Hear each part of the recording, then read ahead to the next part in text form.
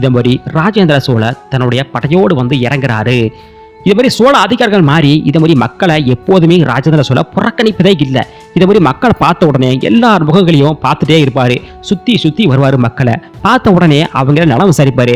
இதெல்லாம் கேட்டுட்டு உள்ள போதுதான் இதை மாதிரி ராஜேந்திர சோழரோட வழக்கம். அப்படி இதை மாதிரி ராஜேந்திர சோழர் மக்களை பார்த்து கொண்டு இருக்கிற அந்த ஒரு வேலையில தான் ஒரு சின்ன பையன், அந்த சின்ன பையனை தூக்கி இதை மாதிரி ஒரு பெரிய மேடையில தூக்கி நிப்பாட்டுதாரு. தூக்கி நிப்பாட்டிட்டு எந்த தசத்து மரவண்டா நீ அப்படின்னு கேட்கிறாரு. அந்த மேடையில தூக்கி நிப்பாட்டின அப்புறம் அந்த சின்ன பையன் இருக்க பார்த்தீங்களா, சின்ன பையன் காலை அகட்டி நினைக்கிறான், கையை கட்டி நினைக்கிறான். அந்த திருப்படை மருதரோட மரபன் நானு.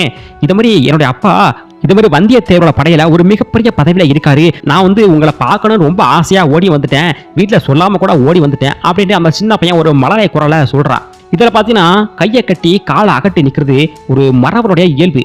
காலை அகட்டி நிக்கிறது பாத்தீங்கன்னா எப்போதுமே தயார் நிலையில இருக்கிறது. கையை கட்டி நிக்கிறது அப்படின்னு பாத்தீங்கன்னா ஒரு பணிவை குறிக்கும்.